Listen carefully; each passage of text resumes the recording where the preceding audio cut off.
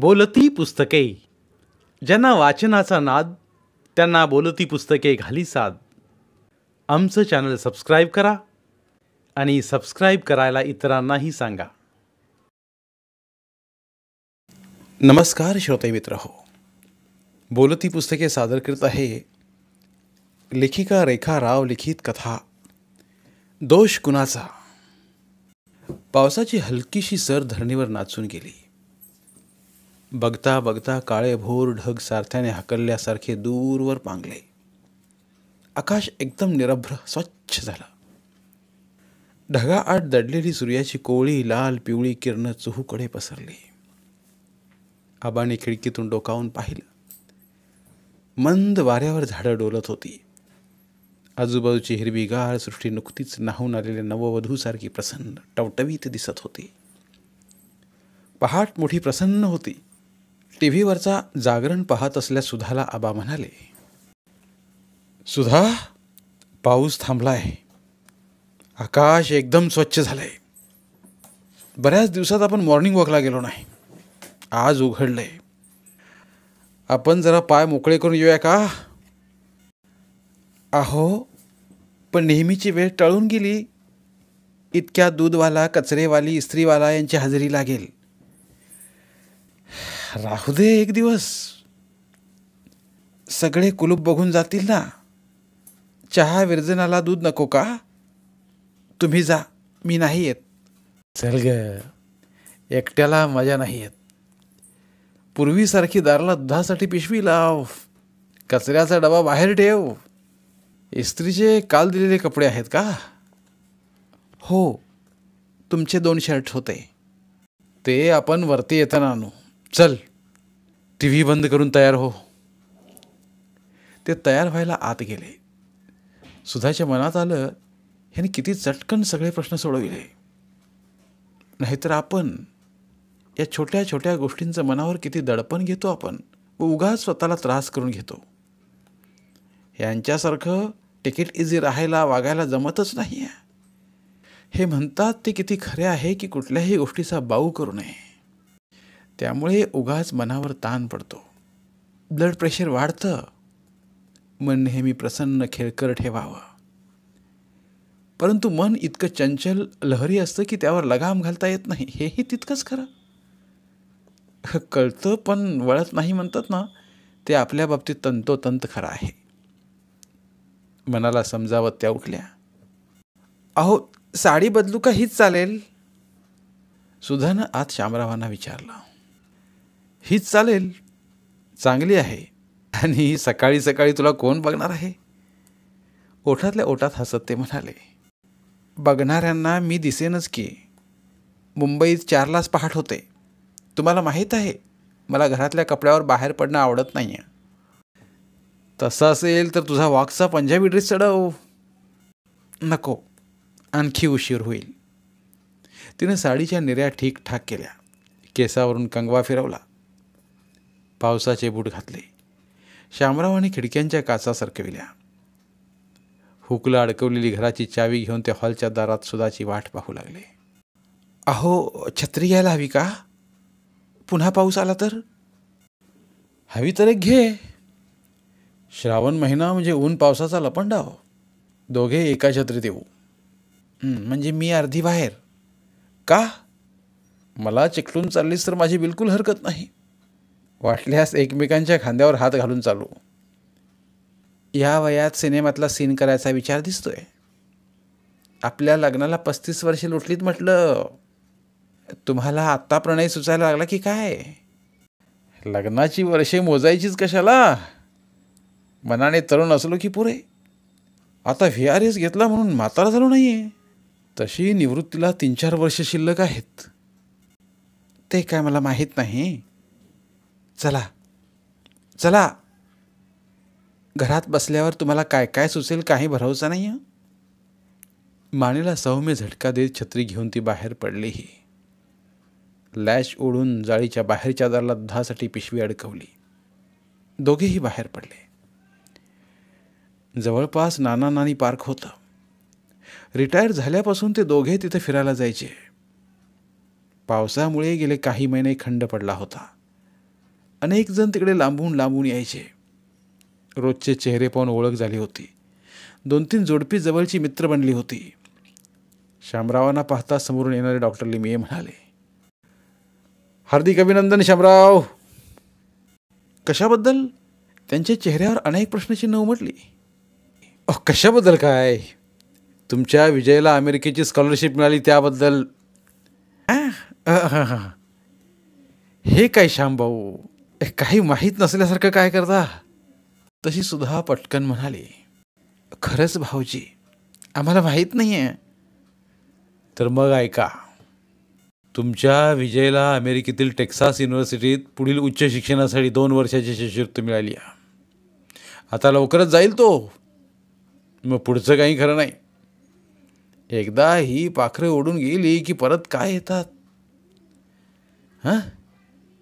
आमचा अविनाश पहा, गेली 20 वर्ष तिथे आहे. कधीतरी 2-3 वर्षातून एकदा फिरायला येतो. एखादा दिवस घरी येऊन आमचं दर्शन घेऊन जातो. बाकीचे दिवस शॉपिंग, पर्यटन, मित्रमंडळी यात जातात. जड श्वास घेत ते म्हणाले, चालायचंच. परिस्थिती बदलली आहे. शामराव म्हणाले, परंतु तुमचा अरविंद तरी तुमच्या जवळ आहे. तुमची पुढे प्रॅक्टिस बघेल. सुधा म्हणाली, सध्या आहे, पुढचे काय माहीत. का बरं? शामराव म्हणाले, अहो, तोही याच शिष्यवृत्तीसाठी प्रयत्न करत होता. त्याला मिळाली नाही.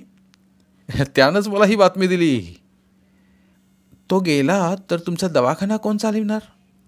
सुधाला राहावे ना. जमेल तितके दिवस चालवीन, मग दुसऱ्या कोणाला विकून टाकीन. पोटतिडकीने ते म्हणाले, आपण ज्येष्ठ नागरिकांनी येईल त्या परिस्थितीला तोंड देण्याची तयारी ठेवायला हवी. इति शामराव. हो, खरं आहे तुमचं म्हणणं. बरं, ठीक आहे. विजयचा फोन आला तर अभिनंदन सांगा. भेटू लवकरच. डॉक्टर लिमये निरोप देत म्हणाले. शामराव व सुधाला विजयच्या स्कॉलरशिपची बातमी ऐकून धक्काच बसला. त्याचा चालण्याचा मूडच गेला.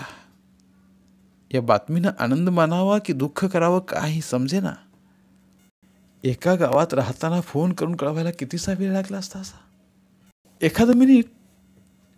पण विजयला आई वडिलांना सांगणं फारसं महत्त्वाचं वाटलं नव्हतं. त्यानं कधी चुकून ही स्कॉलरशिपची परीक्षा दिल्याची किंवा त्यासाठी खटपट करत असल्याचा साधा उल्लेखही केला नव्हता. का बरं? आपण पुढील शिक्षणासाठी परदेशी जातो असं सांगितलं असतं तर कसलीच आडकाठी घेतली नसती आम्ही. उलट आनंदानं लागेल ती मदतच केली असती ना. कोणत्याही गोष्टीचा उच्चार न करता यानं आपल्याला अंधारात का ठेवलं? लग्न झाल्यापासून हा असा का वागतो? सुधाच्या मनात प्रश्नांची भेंडोळी फिरू लागली. उत्तर शोधण्यासाठी त्या चाच पडू लागल्या. आबांच्या मनातही तेच विचार पिंगा घालत होते. परंतु त्यांनी लगेच झटकले. म्हणाले, सुधा, बाकी आपला विजय खूप हुशार व मेहनती आहे. डॉक्टर व्हायचं माझं स्वप्न त्यानं साकार केलं. यात किती समाधान मिळालं म्हणून सांगू. ते खरं हो, पण अमेरिकेला जाण्याचा एवढा मोठा निर्णय घेण्यापूर्वी त्यांना आपल्याला साधं विचारायला हवं होतं. निदान कानावर तरी घालायचं. विचारलं असतं तर तू नाही थोडंच म्हणाली असतीस. छे, उलट आनंदानं परवानगी दिली असती. आता एवढी स्कॉलरशिप मिळाली ही बातमी एक फोन करून तरी कळवायची. अगं, कामात खूप व्यस्त असेल, वेळ नसेल मिळाला.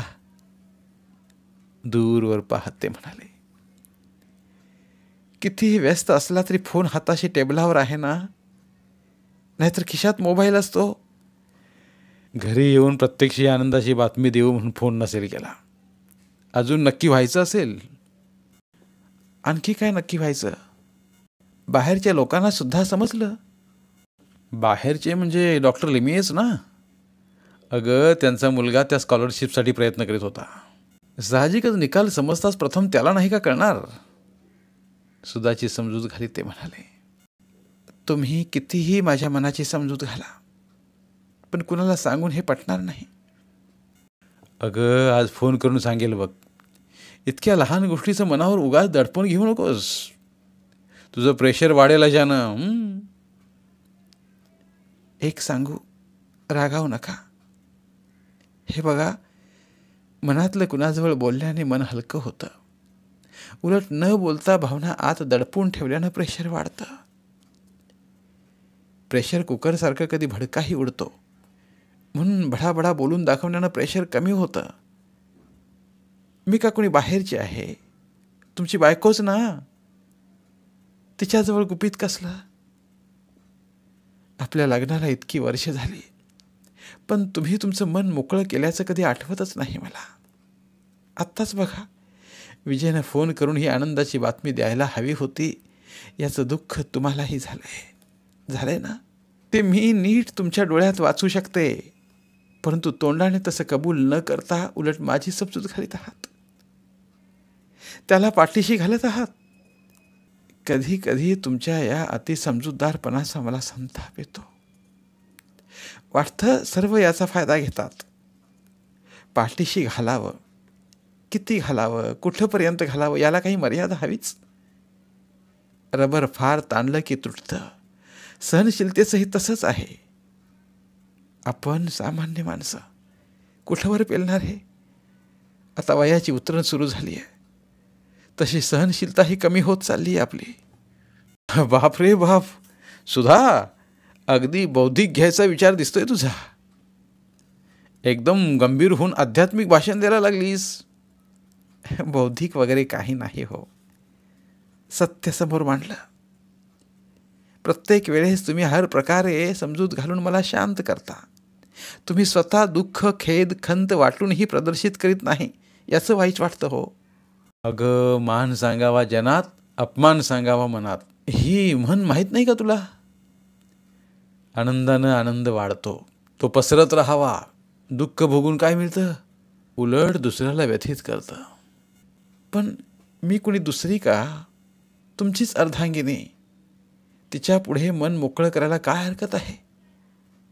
केवळ आनंदात सहभागी व्हायच्या अनाभाका आपण लग्नात घेतल्या नाहीत. खरं ना? अगदी मनकवडी आहेस. 35 वर्षांचा सहवास आहे म्हटलं, हसत ती म्हणाली. तिच्या डोळ्यांच्या कडा ओलावल्या. चल चल, उठ, घरी जाऊ. एखाद्या वेळी विजयचा फोन येईल. विजय म्हणजे आबांचा प्राण होता.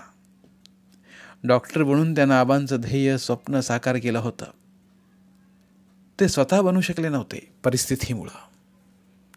एका छोट्या खेड्यातील साधारण कुटुंबात त्यांचा जन्म झाला.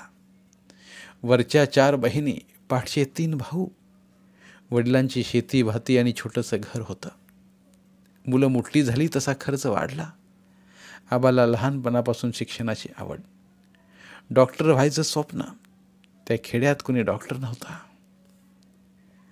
5-6 मैल चालून तालुक्याच्या गावी डॉक्टरकडे जावं लागायचं. आजारी माणूस डॉक्टरची सेवा मिळेपर्यंत देवाकडे पोचायचा. आबांनी लहानपणापासून अनेक मृत्यू जवळून पाहिले. त्यांना वेळेवर डॉक्टरचे औषध पाणी मिळालं असतं तर जगू शकले असते. आपण डॉक्टर व्हायचं. या गावाला नाहीतर निदान आपल्या कुटुंबाला आपली डॉक्टरी सेवा उपलब्ध करून द्यायची. त्यांना वेळेवर औषध पाणी द्यायचं, या हेतूने ते नेटानं अभ्यास करायचे. कंदिलाच्या धुसर प्रकाशात रात्र जागून वाचायचे. वर्गात नेहमी पहिला नंबर घेऊन यायचे. तालुक्याच्या शाळेत वरचा नंबर घेऊन मॅट्रिक झाले. पुढे कॉलेजसाठी व वैद्यकीय शिक्षणासाठी जिल्ह्याच्या गावी राहणं क्रमप्राप्त होतं. तेव्हा आबांचे वडील दत्तोपंत म्हणाले, श्यामू, तू डॉक्टर व्हायचं म्हणतोस, जिल्ह्याच्या गावी हॉस्टेलवर राहायचं म्हणतोस, पण हा सगळा खर्च आपल्याला परवडेल का? याचा विचार केला नाही? नुकतीच 2 बहिणींची लग्न झालीत, 2 वाढल्यात, धाकटे भाऊ शाळेत जायला लागलेत. काय करू तूच सांग. बाबा, सुरुवातीला काही पैसे खर्चासाठी द्या. मी स्कॉलरशिपसाठी अर्ज दिला आहे. पुढे शहरात गेल्यावर शिकवण्या, पेपर टाकणे, दुधाच्या सेंटरवर काम करणे अशी कामं करून पैसे मिळवीन. मित्रांबरोबर त्याच्या खोलीत राहीन. पुढे बघू. तुझी एवढी इच्छाच असेल तर जा. जा बेटा, जा. यशस्वी हो. परमेश्वर तुझी इच्छा पूर्ण करो. आई वडिलांचा आशीर्वाद घेऊन श्याम जिल्ह्याच्या गावी शहरात आला. गावच्या मित्राच्या खोलीत राहू लागला. पडेल ती कामं करून खर्च भागवू लागला. खेड्यातून आल्यामुळे कॉलेजचा अभ्यास समजायला अवघड वाटत होता. परंतु जिद्द व जबर इच्छा असेल तर काहीच शक्य नसतं. मोलमजुरी करून लायब्ररीत बसून शिकवण्या करून आपलं ध्येय साध्य करण्याचा श्याम प्रयत्न करीत होता. पहिल्या वर्षी चांगले मार्क मिळाले. दुसरं वर्ष महत्त्वाचं. त्या मार्कावर वैद्यकीय कॉलेजचा प्रवेश अवलंबून होता. श्याम सुरुवातीपासूनच अभ्यासाला लागला. त्याचे बाबाही जमेल तेवढे पैसे पाठवून मदत करीत होते. बोर्डाची परीक्षा झाली. मनासारखे पेपर्स गेले. श्याम थोडा सैलावला. आता निकालाची वाट पाहायची. निकाल यायला उशीर होता. श्याम गावाला आला. डोळ्यांसमोर मोठी मोठी स्वप्न घेऊन आला. त्याचे बाबा पुढील शिक्षणासाठी आर्थिक मदत मिळवण्यासाठी श्रीमंत नातेवाईकांना पत्र पाठवून याचना करीत होते. एक दिवस शेतात काम करीत असताना अचानक त्यांचा पाय सळसळत जाणारे विषारी सापावर पडला. सापाने डसले. बराच वेळ कुणाला पत्ताच लागला नाही. जेव्हा कळले तेव्हा बराच उशीर झाला. इलाज करण्यापूर्वीच ते गतप्राण झाले. क्षणात सारा खेळ संपला. आईनं हंबरडा फोडला. श्याम हतबुद्ध झाला. पत्त्याच्या बंगल्यासारखी सारी स्वप्न कोलमडून पडली. नियतीनं समोर दुसरंच काही वाढून ठेवलं होतं. सारी जबाबदारी श्यामवर येऊन पडली. नशिबाने सर्व बहिणींची लग्ने झाली होती. धाकट्या भावांचे शिक्षण व्हायचे होते. काय करावं समजत नव्हतं. कॉलेज सोडून शेती करायची. खर्चाची तोंड मिळवणी कशी करायची. एवढ्यात 12वीचा निकाल आला. श्यामला चांगले मार्क मिळाले. स्कॉलरशिपही मिळाली. आई म्हणाली, यंदा शिष्यवृत्ती आहे हे खरं, पण पुढे 5 वर्ष तुला शिकावे लागेल. तोपर्यंत तुझे धाकटे भाऊही कॉलेजात येतील. इतका पैसा कुठून आणायचा. तुझे वडील असते तर काहीतरी खटपट करून पैसे गोळा केले असते, पण तेच गेले. काय करायचं तूच सांग. मी कॉलेज सोडून इकडे राहू का? श्यामने विचारले.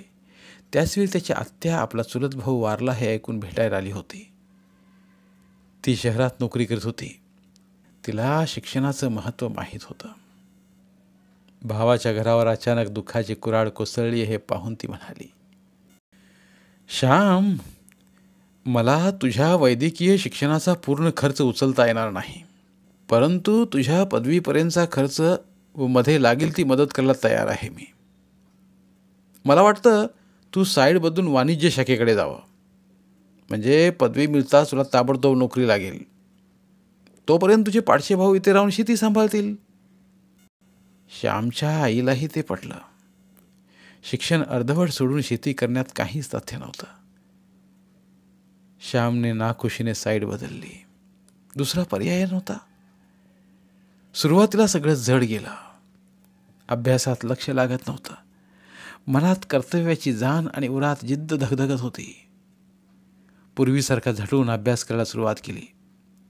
पेपर टाकणं, शिकवण्या, दुधाच्या सेंटरवर जाणं चालू ठेवलं. बघता बघता 3 वर्ष निघून गेली. तो पदवीधर झाला. सोबत टायपिंग, शॉर्टहँड ही शिकून घेतलं. एका सरकारी ऑफिसात त्याला नोकरी मिळाली. तोपर्यंत तालुक्याच्या गावी कॉलेज सुरू झालं. श्यामच्या पाठच्या भावाने शेतकी महाविद्यालयात प्रवेश घेतला, तर दुसऱ्या दोघांनी इंजिनिअरिंग कॉलेजात. काळ धावत होता. प्रगतीची चाकं वेगानं फिरत होती. धाकटे दोघे इंजिनियर होऊन नोकरीच्या शोधात शहरात आले. श्यामच्या पाठच्या भावाने शेतीमध्ये आधुनिक पद्धतीचा वापर करून बागायती सुरू केली. श्यामने सरकारी परीक्षा दिल्या. तो मुंबईला आला. सुरुवातीला काही दिवस एका लांबच्या नातेवाईकाकडे राहिला. मग भाड्याची खोली घेतली. त्याच नातेवाईकांनी पुढाकार घेऊन सुधाचे स्थळ दाखविले. पत्रिका जुळली. भेटीनंतर दोघांची मनही जुळली. लग्नासाठी गावाहून भाऊ, आई, बहिणी आल्या. त्याच्या लग्नात दुसऱ्या भावाचे लग्न जमले. बघता बघता सगळे भाऊ स्थायिक झाले. शेवटच्या दोघांनी त्यांच्या मर्जीप्रमाणे प्रेमविवाह केला. आता मेहनत व कष्टाने सगळे सुस्थितीत आहेत. एकमेकात प्रेमाचे नाते आहे. काही दिवसांपूर्वी पडल्याचं निमित्त होऊन आईही गेल्या, परंतु सुख समाधानानं चांगले दिवस पाहून गेल्या. श्यामनं स्वतःचा फ्लॅट घेतला. सुधानं रेल्वेतली नोकरी सोडली.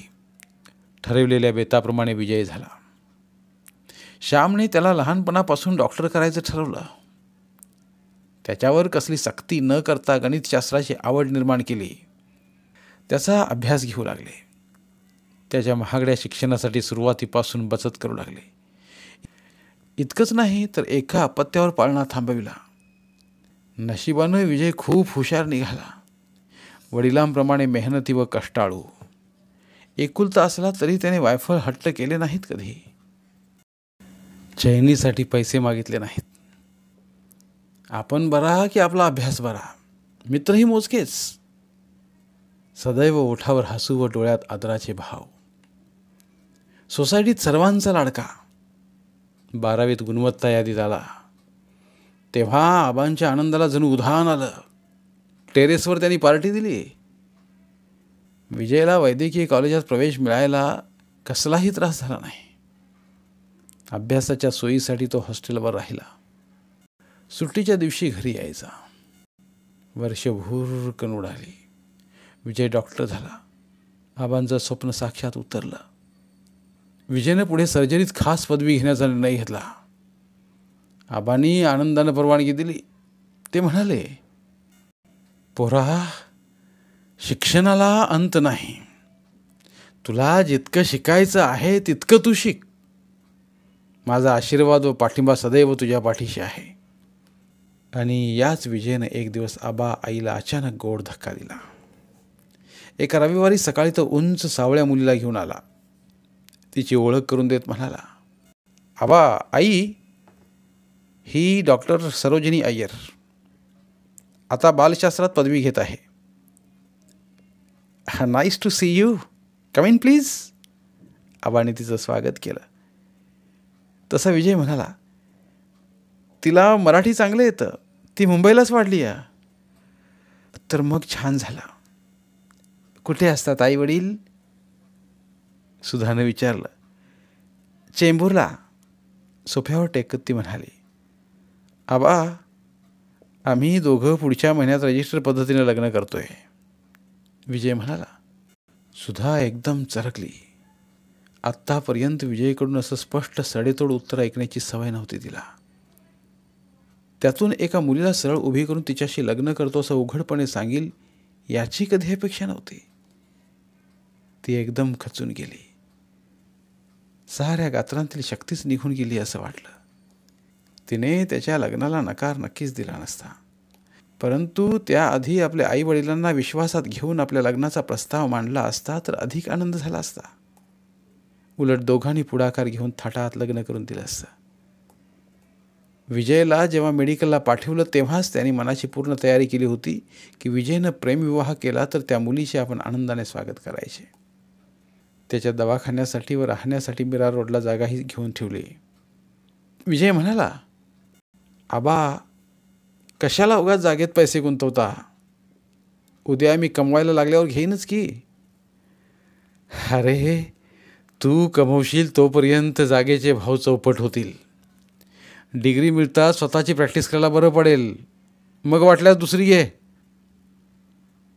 वडिलांच्या आदरानं त्यांचा ऊर भरून आला होता. सुधा खूप सुखावली.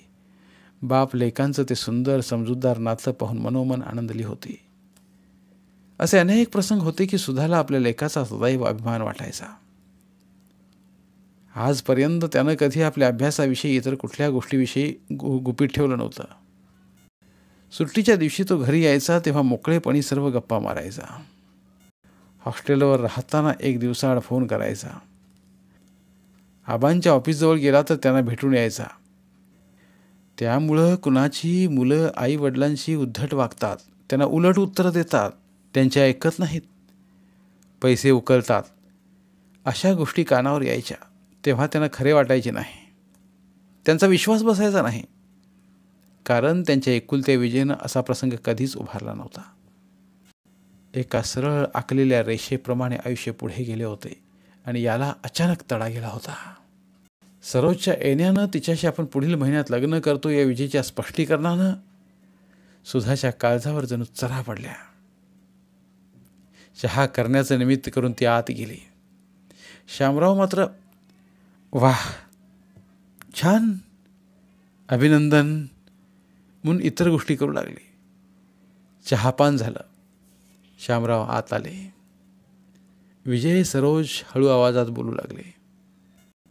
ओट्याशी सुन्न उभ्या असलेल्या सुधाच्या पाठीवर मायेनं हात फिरवीत म्हणाले, सुधा, कूल डाऊन, कूल डाऊन. छान आहे ना मुलगी, त्याच्या व्यवसायाला शोभेलशी अशी. सुधा गप्पच. काही वेळानं विजय आत येत म्हणाला, आबा, आई, आम्ही निघतो. तशी सुधा म्हणाली, तिला सोडून घरी येतोस ना? नाही. तो बाहेर जात म्हणाला, अरे आज तू राहशील म्हणून तुझ्या आवडीचा जेवणाचा बेत केला होता मी. Next time. लॅच उडून तो बाहेर पडलाही. सुधा मटकन जवळच्या खुर्चीत बसली. बाजूची खुर्ची उडून शामराव बसते म्हणाले, सुधा, मी तुझ्या मनाची कल्पना करू शकतो, पण या गोष्टीला आपण आनंदानं सामोरं जायला हवं. त्यानं त्याच्या पसंतीची मुलगी आणली, यात दुःख काय करायचं? अहो, त्याचं दुःख नाही मला, पण तिला घरी आणण्यापूर्वी एका शब्दात सांगायला काय हरकत होती? आपल्या मनाची थोडी तयारी तर झाली नसती का? अगं, वेळ नसेल किंवा आपल्याला सांगायला अवघड वाटलं असेल त्याला. काहीतरीच तुमचं. आता कसं पटकन सांगितलं? ते तिला घरी आणण्यापूर्वी सांगितलं असतं तर कुठे बिघडलं असतं? खरं सांगू, रागावणार नाहीस ना? तू नको म्हणाली असतीस किंवा काही कारणं सांगितली असतीस याची भीती वाटली त्याला, म्हणून त्यानं तिला सरळ घरी आणून तिच्या देखत सांगितलं. म्हणजे तुला किंवा मला नाकारताच येणार नाही. हसत हसत ते म्हणाले, तुम्हाला हसू येतं आणि इथं माझं काळीज फाटतंय. काळीज फाटून काय उपयोग? क्लेश तुलाच होतील. उगाच लहान सहान गोष्टी मनात घेऊन बसतेस. Forget it. Be happy. आणि आता लग्नाची तयारी सुरू कर. तुमच्या लाडक्या लेकाला विचारूनच तयारी सुरू करू. त्याचे बेत काय आहेत कोण जाणे. कुणाला आमंत्रण द्यायची, काय घ्यायचं ते त्याला विचारलेलंच बरं. ते खरं बाई, शामराव उठत म्हणाले. नंतरचे 2-3 आठवडे विजय आला नाही, फोनसुद्धा केला नाही. सुधाला फार वाईट वाटलं. 2-3 वेळा ती शामरावांना म्हणाली, विजयचा हॉस्टेलचा नंबर आहे ना, फोन करून हाल हवाल तरी विचारून बघा. अगं, पण त्यानं जागेवर असायला हवं ना. मग निरोप ठेवा. ठेवला होता.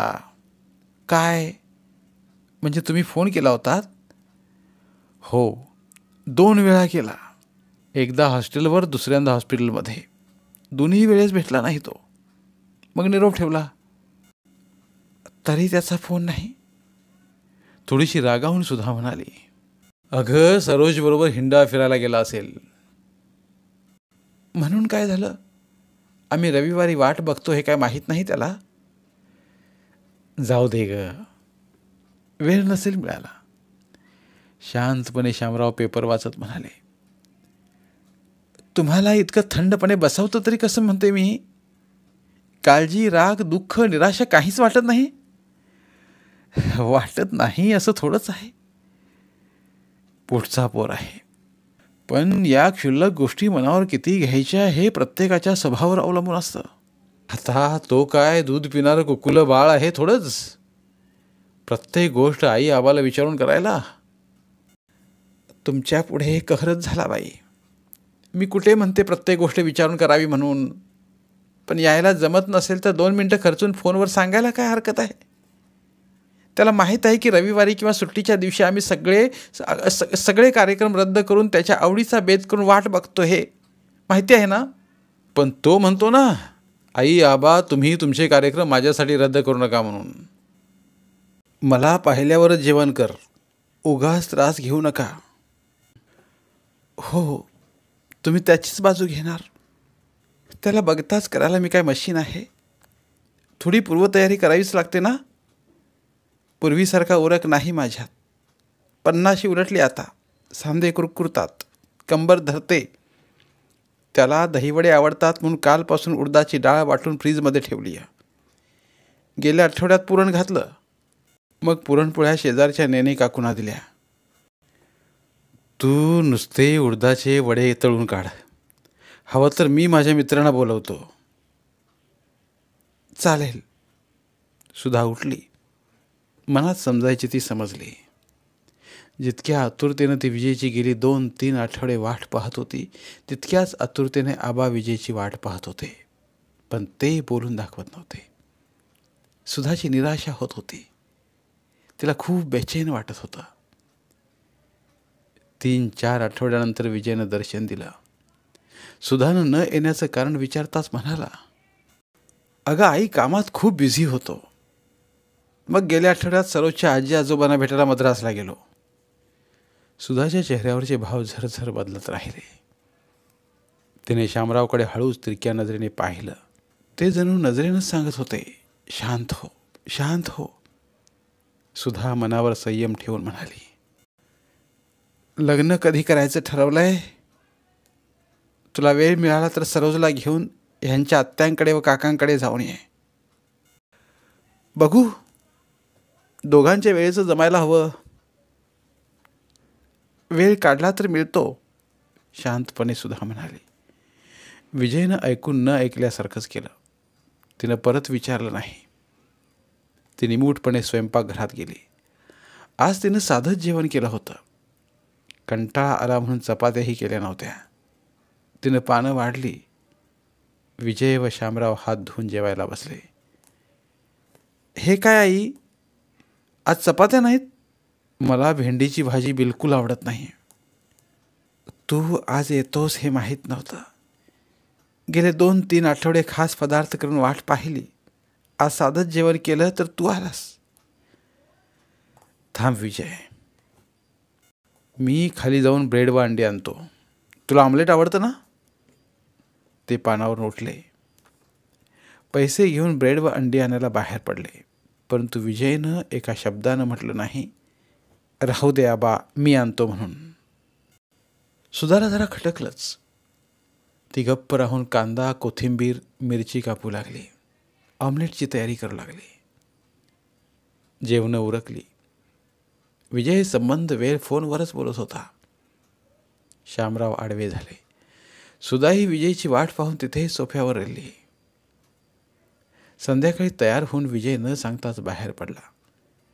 रात्री उशिरा आला. सुधा व शामराव वाट पाहून पाहून थकले. जेवले.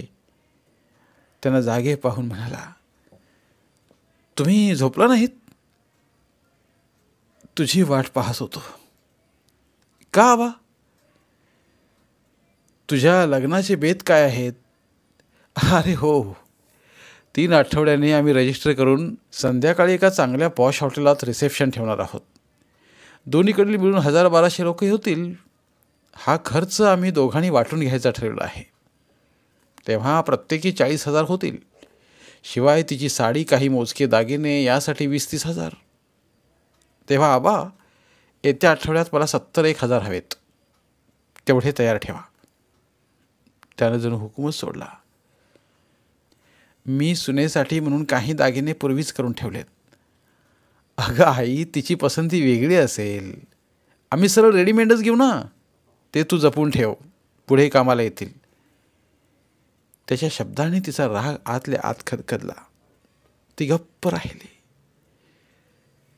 ठीक आहे, मी तशी पैशाची व्यवस्था करतो, आबा म्हणाले. तो उठून झोपायला गेला. सुधा म्हणाली, एकदम इतके पैसे कुठून आणणार? बघू. काहीतरी व्यवस्था करू, नाहीतर मुदत ठेवीविरुद्ध कर्ज काढू. तू काळजी करू नकोस. ते उठून बाथरूममध्ये गेले. सुधाला राग आवरेना. आपल्याला कुणाबद्दल व का राग येतो याचं तिला कारणही समजेना. डोक्यात कुणीतरी घन घालावे तसे वाटू लागले तिला. डोक्यावर हात मारी ती पलंगावर आडवी झाली. 2 आठवडे आमंत्रण छापण्यात ती देण्यात कशी गेली समजले नाही. सुनेचे तोंड एकदा पाहिले तितकेच. कुणी काही विचारले तर काय सांगावे हा मोठा प्रश्न पडत असे. पण तो शामराव हसत वेळ मारून नेत म्हणाले, सूनबाई बालसंगोपनशास्त्रात पदवी घेते आहे. पीजी असते ती. वाह, म्हणजे मुलगा ऑपरेशन करून बाळ काढणार तर सूनबाई मुलांचं संगोपन कसं करायचं हे सांगणार. कोणीतरी टोमणा मारायचं. हो ना, एकमेकांना दोघं पूरक आहेत. तेवढ्या अपुऱ्या दिवसातही शामरावांनी पेंटरला बोलावून विजयची खोली रंगवून घेतली. सुधाने विजयच्या बेडरूमला नवे पडदे शिवून घेतले. नव्या चादरी आभऱ्यांची खरेदी केली. पंचतारांकित हॉटेलात रिसेप्शन झालं. मित्रांनी तिथे जवळपास नव्या वधूवरासाठी हॉटेलात सूट बुक केला आहे म्हणून विजय व बायको परस्पर तिकडे गेली. शामराव व सुधा टॅक्सीनं घरी आली. शरीरापेक्षा मनानं सुद्धा खूपच थकून गेली. तिने कपडे बदलले. फ्रीजमधलं गार पाणी प्यायले. निमूटपणे पलंगावर आडवी झाली. परंतु डोळ्यावरची झोप पार उडून गेली होती. शामराव न बोलत शेजारी पडले. परंतु त्यांनाही मनातून काहीतरी खटकत होतं. दुसऱ्या दिवशी विजय व सरोज आले. दुपारी जेवून विश्रांती घेऊन संध्याकाळी हनीमूनसाठी उटीला रवाना झाले. त्याने निघण्यापूर्वी सुधाने विचारलं, कधी येत आहे? तसा विजय म्हणाला, 4-5 दिवसांनी येऊ, पण सरळ हॉस्पिटलवर जाऊ. हिला रेसिडेंट डॉक्टर म्हणून क्वार्टर्स मिळालेत, तिथे राहू. सुधाच्या पायातील सारी शक्ती निघून गेल्यासारखं वाटलं. दोघं बाहेर पडले. शामराव दारापर्यंत सोडून आले. सुधाला पाहून म्हणाले, काय झालं? कुठं काय? काही नाही. मला कळतंय तुझ्या मनात काय खळबळ चालली आहे ते. पण मी म्हणतो उलट बरंच झालं एका दृष्टीनं.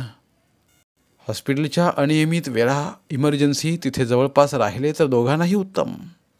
येण्या जाण्याचा वेळ व त्रास वाचेल. हो हो, ती वर म्हणाली. परंतु काळजातून एक छोटीशी कळ आरपार निघून गेली. मनावर उदासीनतेचे थर साचून राहिले. त्यानंतर कसलीशी सुट्टी रविवारला जोडून आली. विजय व सरोज गाडी घेऊन आले. अरे, गाडी कुणाची? कुणाची म्हणजे माझी? कधी घेतलीस? सुधाला गप्प राहावे ना. आधीच बुक केली होती. लग्नानंतर डिलिव्हरी यायची म्हणून थांबलो. पण कधी बोलला नाहीस? अगं आई, प्रत्येक गोष्ट काय सांगायची? विसरलो असेल. सुधा मान खाली घालून आत गेली. आबा म्हणाले, तुझ्या आईला तुझ्या छोट्या छोट्या आनंदात सहभागी व्हावं असं वाटतं. तिला गाडीची भारी हौस. मला शक्य झालं नाही, पण तू घेतलीस म्हणून कौतुक वाटतं तिला. हो आबा, तुम्ही का गाडी घेतली नाहीत? आईची तेवढी हौसही पुरवली नाहीत. मग तुला डॉक्टर कसं करता आलं असतं? एवढ्या पुस्तकाचे फीचे पैसे कुठून आणले असते मी? म्हणजे मला डॉक्टर करायचं हे तुम्ही दोघांनी आधीपासून ठरवलं होतं?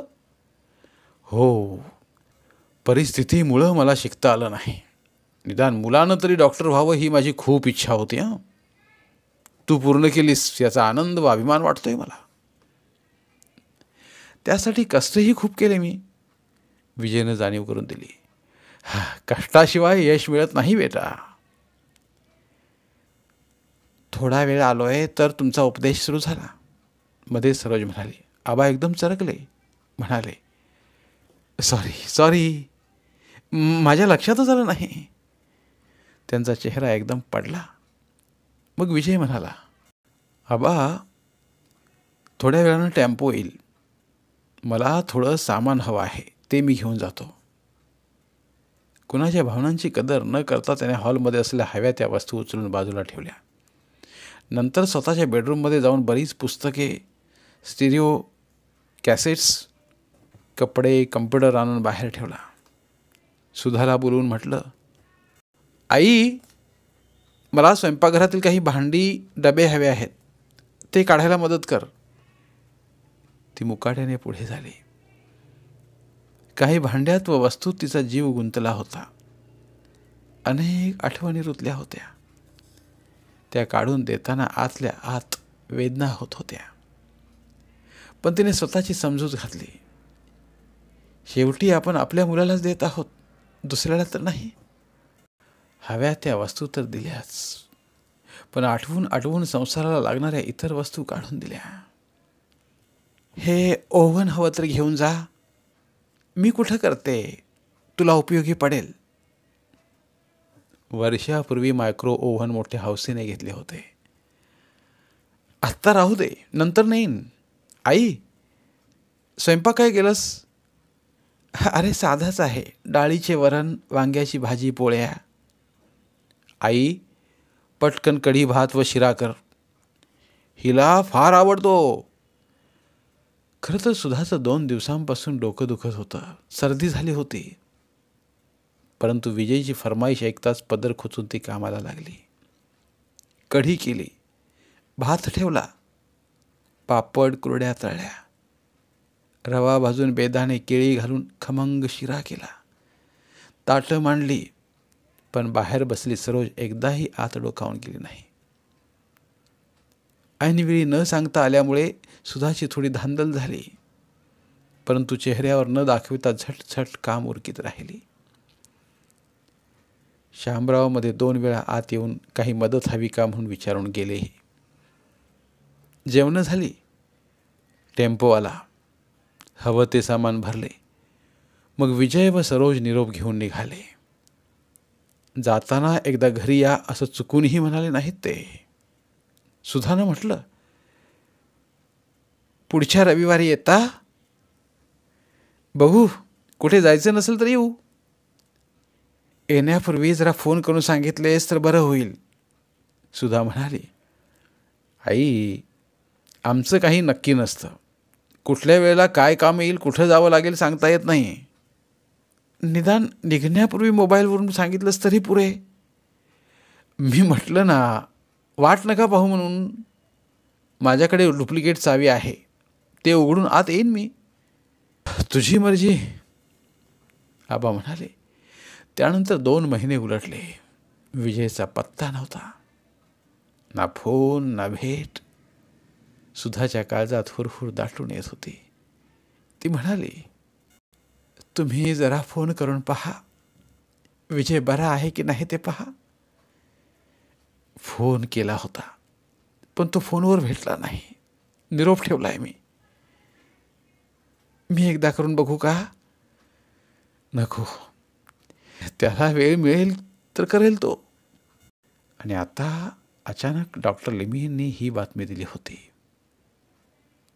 दोघंही सुन्न झाले. आठवडाभर विजयच्या फोनची वाट पाहत राहिले, किंवा तो स्वतः येईल म्हणून भेटायला आतुर झाले.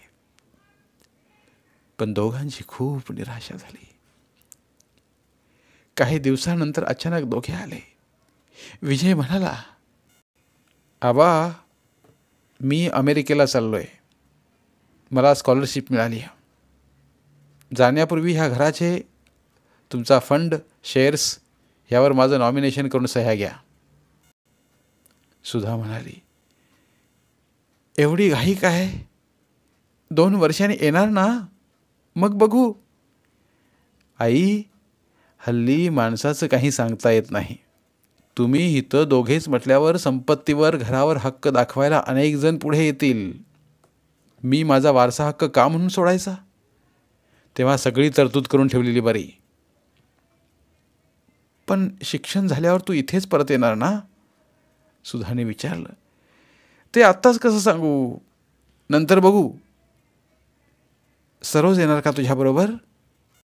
सध्या नाही. तिच्यासाठी मी खटपट करतोय. बघू, तिलाही तिकडे कुठेतरी ॲडमिशन घेईन. आबा, पेपर्स घरात नसले तर उद्या आणून तयार ठेवा. 2 वर्षांनंतर काही वर्षांनी मी येईन. तेव्हा मला माझं हक्काचं घर हवं. बरं, निघतो आम्ही. बरीच काम आहेत. दोघं तडक बाहेर पडले. गाडी सुरू होऊन दूर गेल्याचा आवाज आला. सुधा स्तब्ध होऊन पाहत राहिली. आबाही सुन्न झाले. मनात विजयच्या वागण्याचा जमा खर्च मांडू लागले. आजपर्यंत त्यांनी विजयकडून केवळ प्रेम, आपुलकी, माया याखेरीज कसलीच अपेक्षा केली नव्हती. कसलीच. कोणी त्याच्या विरुद्ध काही म्हटलं तरी त्यावर पांघरून घालून त्याची बाजू घेतली होती. बदलत्या परिस्थितीप्रमाणे स्वतःला त्याच्या ढाच्यात घालून विचार केला होता. त्याच्यावर आपली मते कधीच लादली नव्हती. आणि आज त्याच विजयने अचानक येऊन परदेशी जाण्यापूर्वी आबांच्या संपत्तीवर, घरावर आपला मालकी हक्क बजावून मोठा धक्काच दिला होता. दोष कुणाचा होता? आबांचा? विजयचा? त्याच्या पत्नीचा सरोजचा? की आजूबाजूच्या परिस्थितीचा? आबांना उत्तर सापडत नव्हतं. डोळ्यांपुढे अंधारी येत होती आणि त्यातच ते चाचपडत राहिले. धन्यवाद. पुन्हा भेटूया एका नवीन कथेसह. मराठीतील प्रतिभावंत लेखकांचं साहित्य, कथा, कादंबऱ्या ऐकण्यासाठी आमचं बोलती पुस्तके हे चॅनल सबस्क्राईब करा. आणि मराठी साहित्याचा प्रसार करण्यासाठी प्रत्येक मराठी माणसाला सबस्क्राईब करण्यासाठी आवाहन करा. आणि बोलती पुस्तके या साहित्य चळवळीत सहभागी व्हा. आपले पुन्हा एकदा धन्यवाद.